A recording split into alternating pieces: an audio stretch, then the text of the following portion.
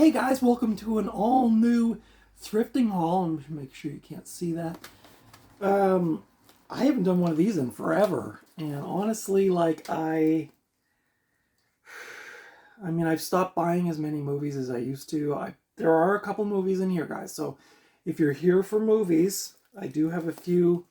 I have a few select ones that I'm going to be sharing with you, but mostly this thrifting haul is CDs. And the reason is because I mentioned in a previous video, I'm starting to downsize my CD collection, and I'm feeling really good about it. My space feels a lot lighter already, and I've only started to downsize, um, and I'm trading in a lot of my CDs for credit at different stores, and then picking up some new stuff that is more exciting to me. Uh, a lot of this stuff I bought over the last 5 years was I bought because it was cheap. Value Village has now increased the price on their CDs from $1.99 to $3.99 and more. So it means I'm probably just not going to be going there as much, and I'm definitely not going to be buying cheap CDs like I used to, which is a bit of a drag because I kind of liked the hunt, the thrill of the hunt. But it's kind of forced me to rethink my spending habits and where I spend my money to. So I've been kind of thinking more on the lines of supporting my local charity shops and my local record shops. Not that I didn't before, but sort of like instead of going to the big box thrift store, go to the little guys and start spending my money there, which I'm sure a lot of you do, and hats off to you if you do. I've definitely go to a lot of my local places over the last 5 years, but Value Village by far was where I found a lot of this stuff. So all that to say, and I am totally getting rid of my vinyl collection because I've decided that it's just not a road that I want to continue to go down. Um, Not only financially, but because vinyl's so expensive, but also just uh, the weight of vinyl, the physical weight of vinyl is kind of imposing, and it drags me down. So CDs, in a way, they're a lot lighter. I was thinking in the car today, they're a lot more versatile, so I can rip them to my MP3 player. I can rip them to my computer and listen to them on there. I can take them in the car with me. I could even play them on my Blu-ray player if I wanted. So they're just a bit more versatile. There will always be that argument whether what sounds better. Um, I always thought CDs sounded better myself, but that's just me. So I'm going to jump right in, and feel free to comment below if any of these are your favorite albums, or if you have those in your collection and you love them. A shout out to my new friend Chris. The first one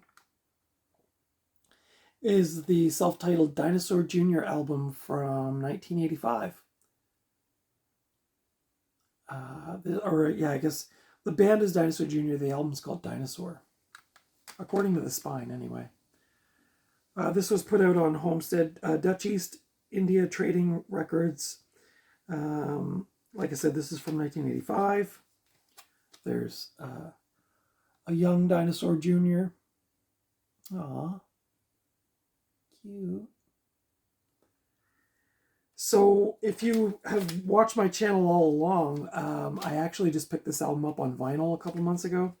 But my friend Chris had it on CD, and when I told him that I was getting rid of my vinyl, and he saw that I had this, the vinyl of this, we just did a straight swap. So he got my vinyl, and I got his CD of Dinosaur. This is a wicked album. Forget the Swan, Cats in a Bowl, The Leper, Repulsion. Just a great, great album. So happy to have that in my collection. I got some Radiohead and Tom York up next. I got Hail to the Thief. I got this at Taz Records in downtown Halifax. I'd say it used to be in Value Village. The sticker ripped the packaging a bit, but this used version was $11.99, and the brand new sealed copy, which was not a cardboard case, was $21.99. So I decided to go with the used copy. This album I listened to when it came out back in the day. I haven't had a chance to really do a deep dive on it yet, but I did play it in the apartment the other day, and I was kind of into it. The one that I've really been enjoying is this one. It's called Radiohead TKOL Remix 1, 2, 3, 4, 5, 6, 7.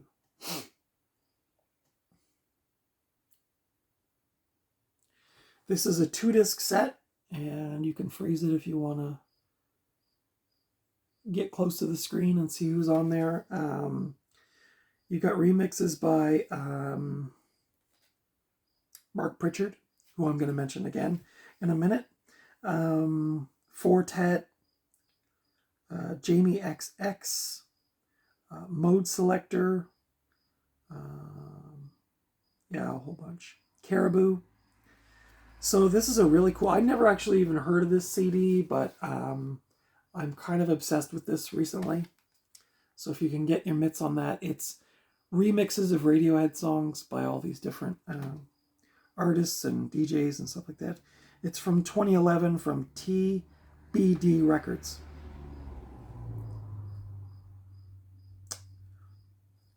Yep. So yeah, I really, really have. This has been on the car stereo so much lately. There's a CD. I don't know if the other CD is the same. Nope, it's different. But yeah, it's really cool. Some of the remixes are really, really good. Some of them, there's a few there that I was not super into, but overall, great album. And then speaking of great albums, I just picked this up at Sunrise Records. This is Mark Pritchard and Tom York, the new album on Warp Records, and it's called Tall Tales.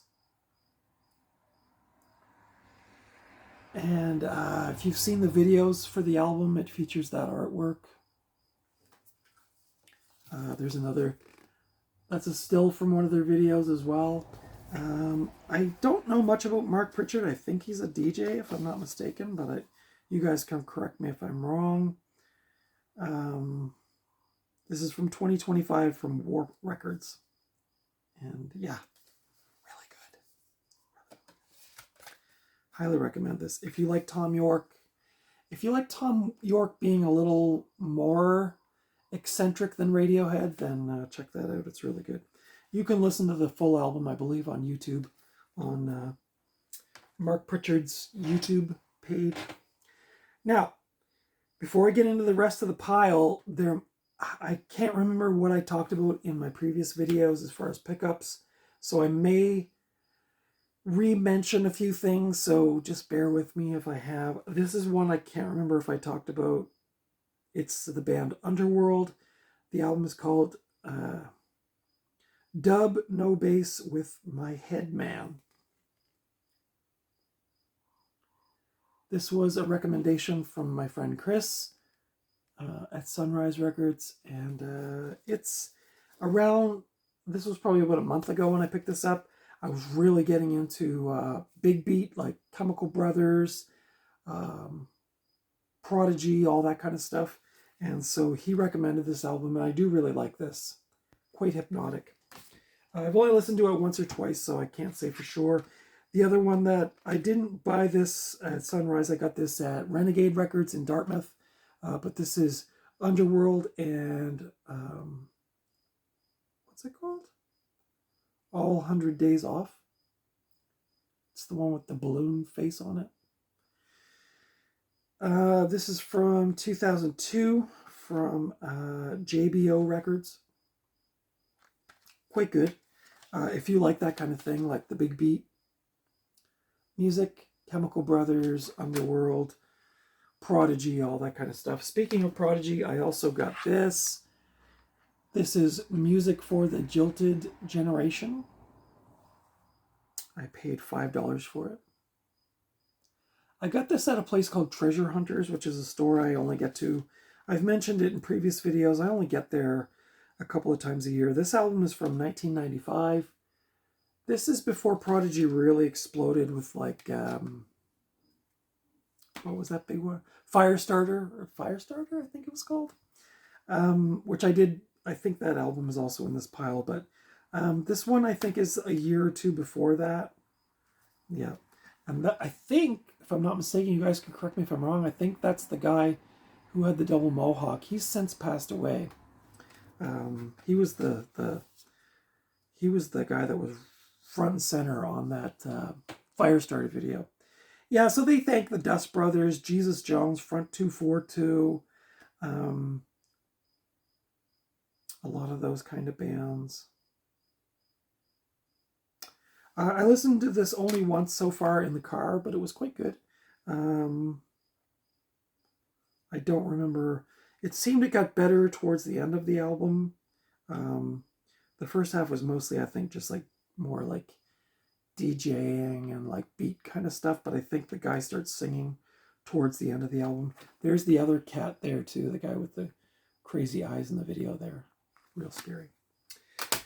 I got rid of my vinyl of Tubular Bells, but I did manage to find a CD copy for $1.99. Oh, I did get rid of my vinyl of this. You know, I don't know, it's weird. I listened to the vinyl and I was like, oh, this is really good. And then I listened to this CD and I was like, oh, I'm not sure if I like this. So I don't know, I'm gonna have to give it another listen, but I mean, it's a very famous album. More kind of ambient music. I picked up Tangerine Dream. The album is called Logos from UMC Records from 2020. This is Tangerine Dream live in 1982 at the Dominion in London, December of 1982. Yeah, and I did listen to this a couple times, and it's really good. So it's really, really good. It's really, really good. I'm not even lying. Just trying to get the booklet out here to show you some more. Look at that! Look at the stage show there. The keyboards and everything. The big glowing sun behind them. There's the boys hard at work on their synthesizers. For all you electronic nerds out there. Here's the band looking a little pensive.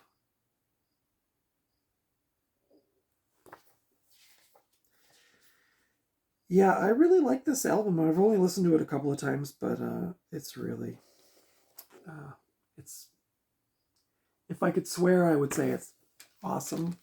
But yeah, I'm really excited to revisit this one.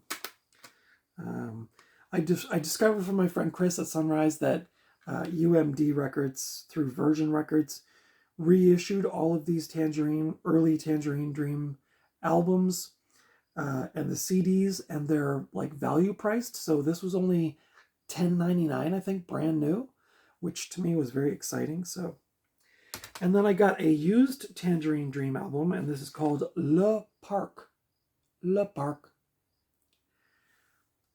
The back says 1985 Edgar Froese for Tadream Music Productions, but below it says 1996 Castle Communications. So this is remastered from the original master tapes.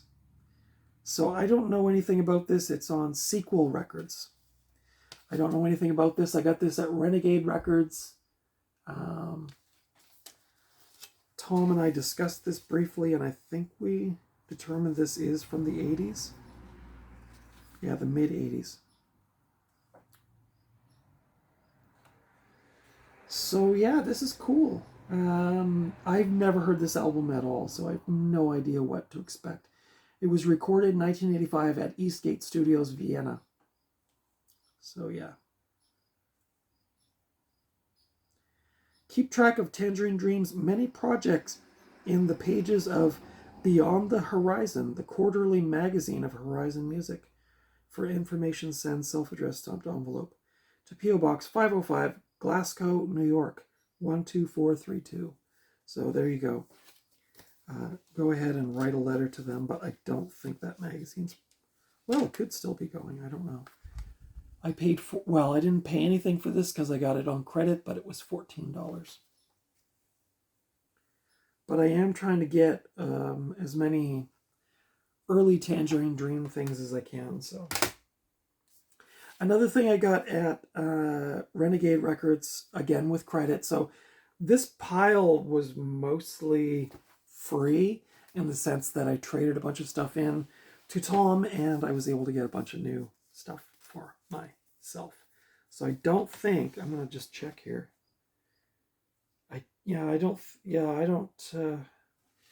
I didn't pay for any of these. These were all on credit. So if you were worried about my pocketbook. Yeah. And I know you're probably laughing because you're saying, aren't you downsizing?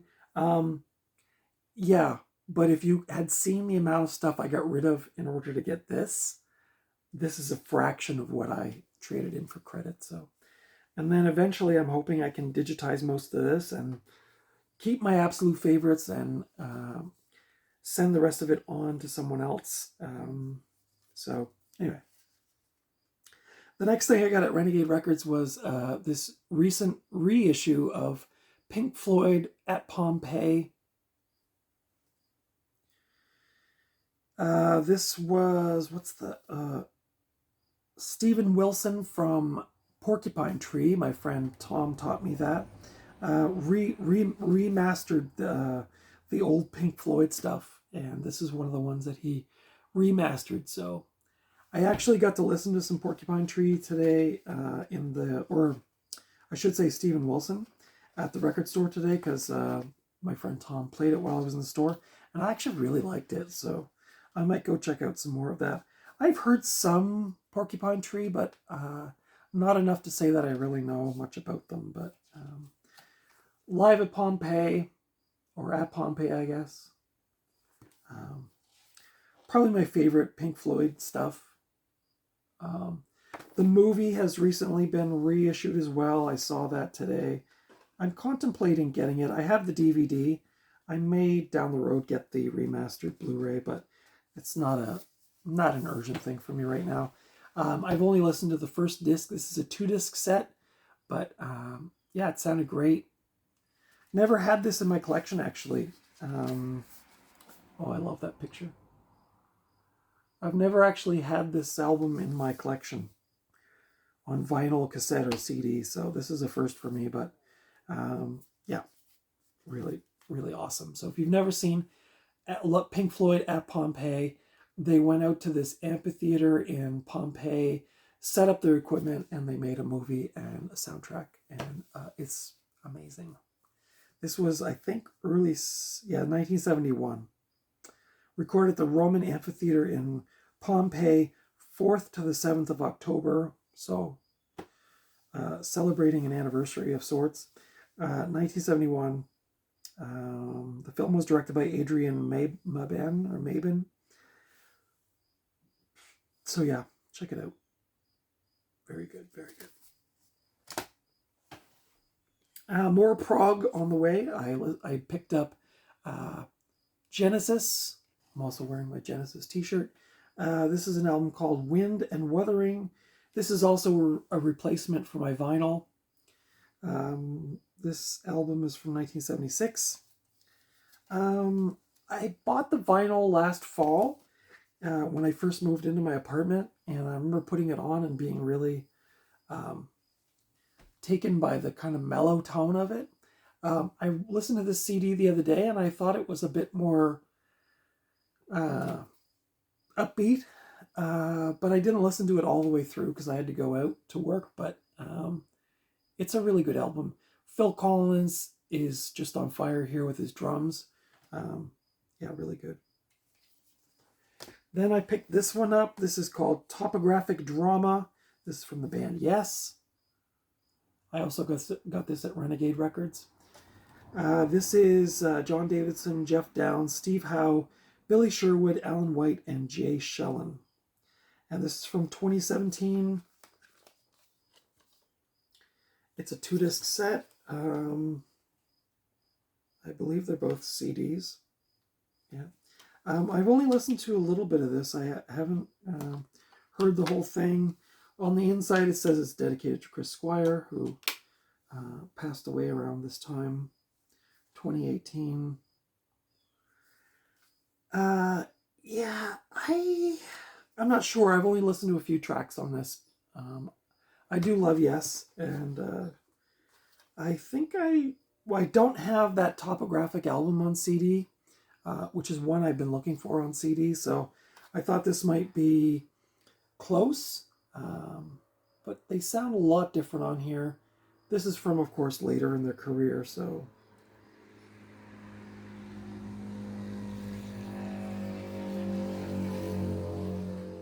thank you. So yeah, I'll be checking more of that out. So now we're gonna dive into some stuff I picked up more recently. This was an awesome find for me. Merciful Fate, Don't Break the Oath. This is King Diamond from 1984, his band Merciful Fate. This is a reissue from 2020 on Metal Blade Records. There's the back.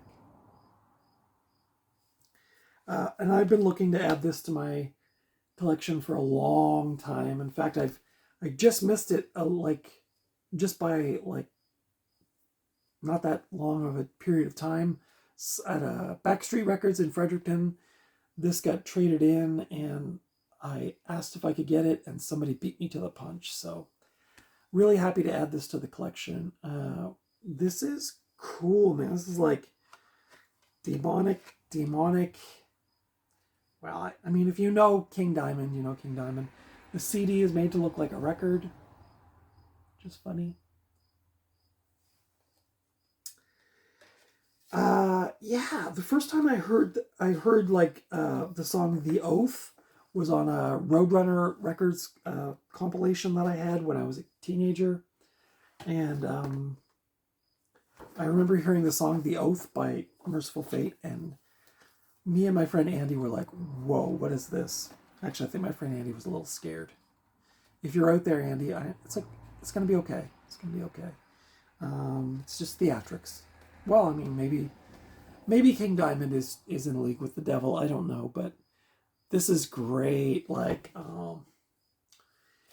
It's got that it's kind of got like the technical prowess of Iron Maiden around that time. Wicked leads, the drumming's great. King Diamond's vocals, which probably not for everybody. They're very, very in a very high register, but I think it just adds to the sort of demonic sound of it. And this is from 1984, so this was early on, and this is kind of, I guess you could say, like a precursor to like speed metal. One of the tracks, "Come to the Sabbath," is pretty fast. Yeah, love this. Love this. So happy. I listened to this in the car on the way to Halifax today, and I was just rocking out. It was so fun. Let's see, what else did I get? I got some more metal, so I'll go to that first, and then we'll circle back to the less metal stuff. This one I didn't even know existed. Wow. So this is the band Sacrifice. This is like some special edition of Torment and Fire put out by Marquee Records. And I just realized, guys, on the slipcover, so I did pay a bit more for this, or I used a bit more of my credit on this. It was $25. The slip jacket is really, really difficult. It's really tight.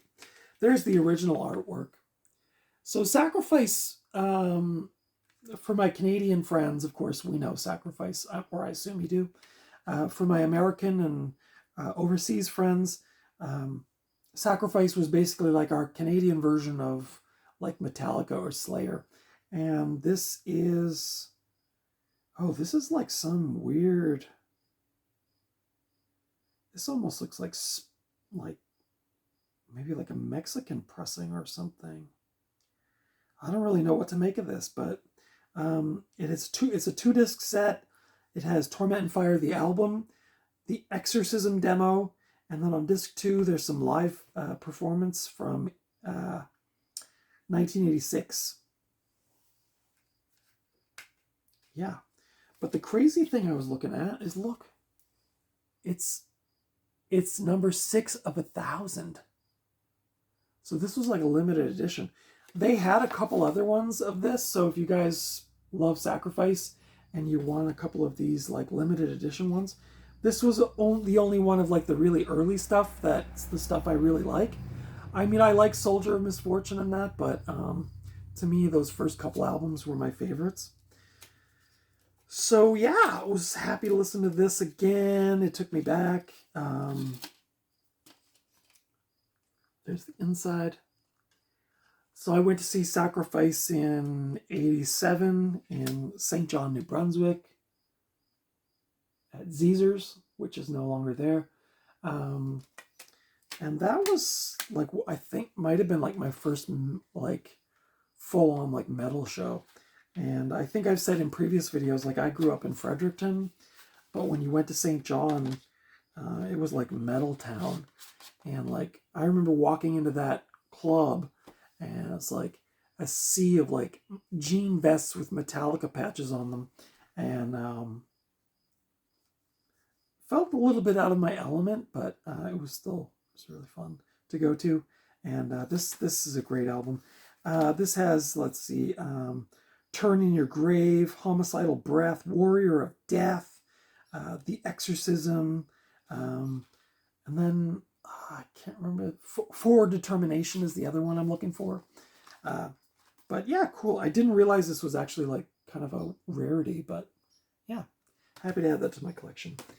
The next two are ones I've been looking for a really long time, even though I'm not super listening to a lot of like death metal and stuff recently, but I picked up Morgoth Cursed. This is from Century Media. This is a reissue from 2006, but that's okay. It has a bonus video from 1991 as well, so this is one of the early death metal bands from Century Media. If Tyler's watching, he knows what I'm talking about. My favorite era of metal was that like 89 to 91 death metal. Century Media, Earache Records, all that stuff. So yeah, really happy to add that to my collection. Body Count, Isolated. That's my jam right there. And then another one I didn't have, which I've been looking for, Nocturnus with the Key. Yeah. And this is put out by Earache Records. This is also a reissue from the year 2000.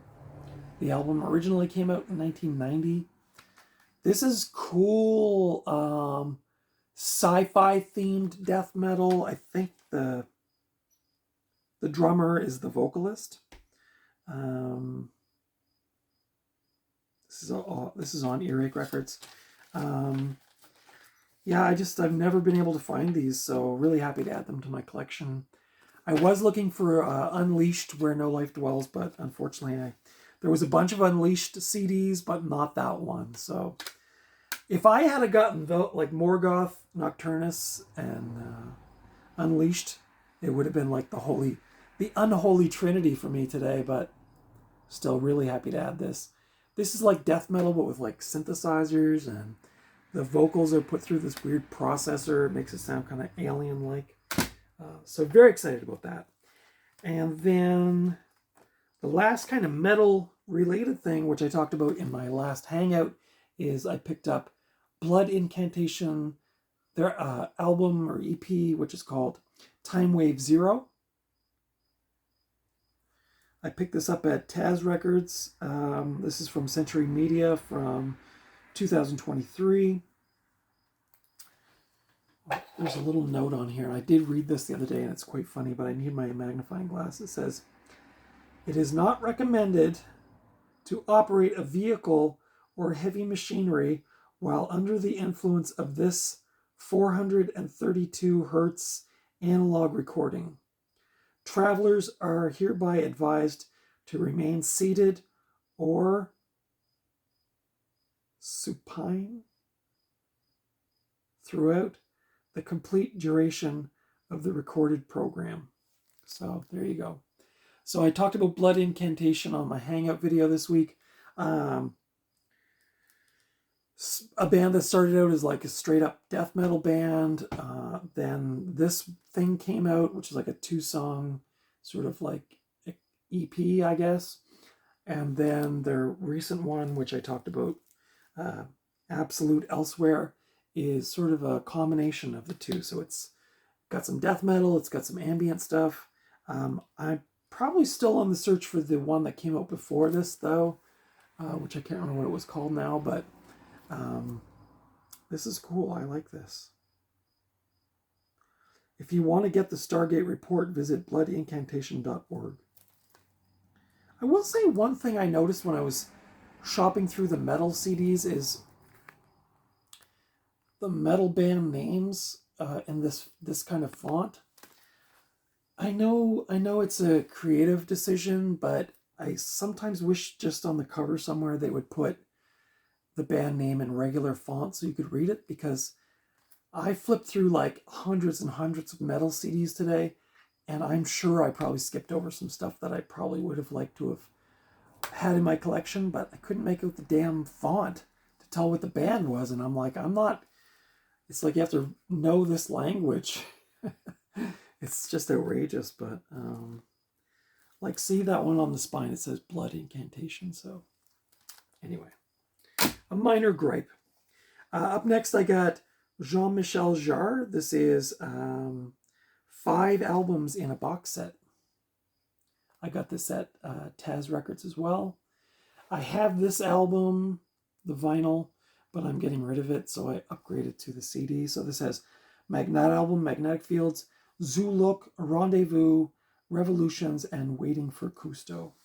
I don't know a lot about the later stuff. This is put out by Sony. It looks kind of cheesy, but it's actually a legit release. So Rendezvous is from, it looks like 86.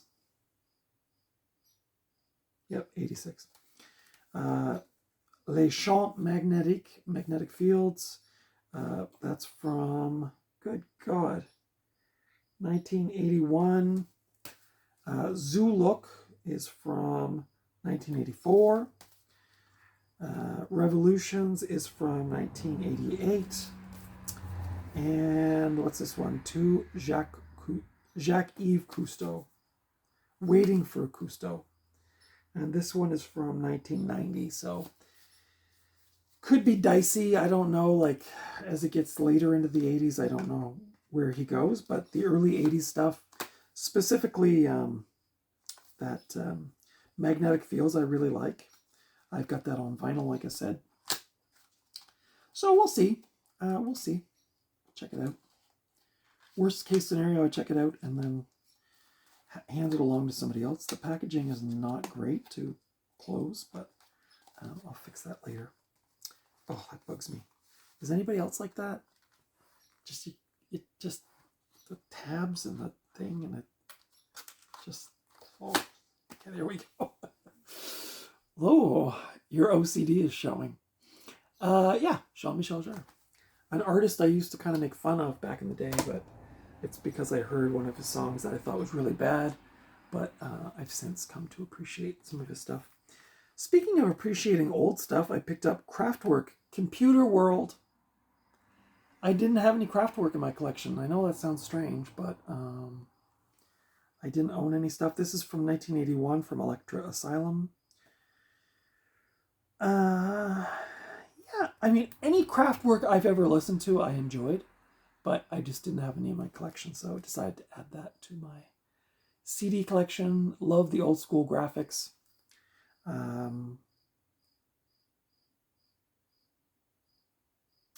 Yeah, I mean, oh, it says, as has been the case with all Kraftwerk releases, 1981's Computer World is a production tour de force with blanketing sound effects, creating an environment compatible with the album's intended mirroring of a computer-pervaded society. And this was 1981. Integrating machine-driven rhythms, synthesizer tapestries, and perceptive lyrics, Kraftwerk demonstrates why it has been a major musical influence since its 1975 hit Autobahn. So, yeah, excited to check that out. Kind of weaves in with my recent fascination with dance music and electronic music and ambient music, so I thought it'd be a perfect fit. This was a blind buy, guys. I'm hoping I didn't I'm hoping I didn't make a mistake. This is the most recent album from Slow Dive. It's called Everything is Alive. As you can see, I used up $21 of my credit on this. This is from Dead Oceans Incorporated. So the reason I grabbed this in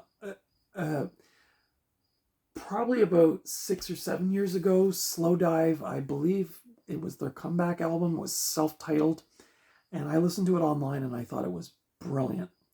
If I'd found that, it would have been just a fantastic, fantastic thrifting haul. This is the album that came out after it. I asked Tom at Renegade. He said he actually likes this better than the previous one, so I'm hoping, fingers crossed. Slow Dive was not a band. I knew of that band. I knew a couple of their songs, but I wasn't a super Slow Dive fan back in the day. I was more a My Bloody Valentine kind of person, and Ride and some of that stuff. But Slow Dive, Curve I liked. So all those bands around that time, a lot of those bands around that time, it was kind of a blur. Not that Blur was really part of that, but so yeah, I'm curious to check this out. The one that came out before this, which is self-titled, man, if I can get my hands on that, I'm going to be very happy. And the last CD I got is the Postal Service with their one and only release, Give Up. This was put out by Sub Pop Records in the year 2003. Such Great Heights. The District Sleeps Alone Tonight. This is a great album if you like kind of lo-fi electronic pop. I don't know anything about Postal Service. I just know that every couple of years this album seems to sort of present itself in my algorithm, and I listen to it and then I go, gosh, if I ever find a copy of that. And lo and behold, I was at Renegade Records today and I found a copy. And I listened to it. So I listened to Blood Incantation on the way to Halifax, Dartmouth, and I listened to the Postal Service on the way home. So just the way my brain works, I don't know. And then, guys, this is probably what you've been waiting for because I haven't shown any new movies lately because I just haven't bought any lately. I did mention this a few weeks ago, but I did find The Life Aquatic with Steve Zissou. This is a Wes Anderson movie. I found the VHS, which I looked this up on eBay. It's going for like big money. Not that I'm necessarily buying it to resell it right away, but like I said, it's the ultimate hipsters item on their shelf with that font. I love this movie anyway, so I was just like, oh. But I didn't even know this came out on VHS, so it's kind of an oddity. It's like an oddball. I don't know if this is really rare or what, but this has an all-star cast. Bill Murray, Owen Wilson, Cate Blanchett, Angelica Houston, Willem Dafoe, Jeff Goldblum, Michael Gambon, Bud Cort. Written by Wes Anderson and Noah Baumbach, who wrote one of my favorite and directed one of my favorites, Squid and the Whale, a fall favorite of mine. So yeah, I'll probably check this out at some point, pop it in the old CRT TV and check it out. Fun movie. See, I grew up on the Jacques Cousteau TV shows, the TV specials, and I always thought they were really cool. And that sounds totally hipstery, but in the 70s when I was a kid, you didn't have a lot of options on the TV set. So we got Jacques Cousteau and we watched it every once in a while.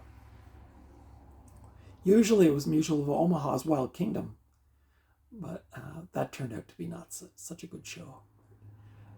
Yeah, this is kind of parodying the Jacques Cousteau thing and in beautiful Wes Anderson style. So yeah, if you've never seen it and you like Wes Anderson, check it out.